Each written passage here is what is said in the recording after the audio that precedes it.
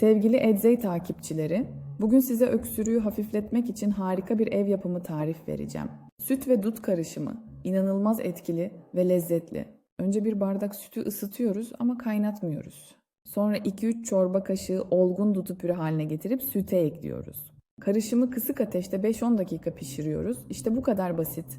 Ilıdıktan sonra süzüp içebilirsiniz. İsterseniz biraz bal da ekleyebilirsiniz.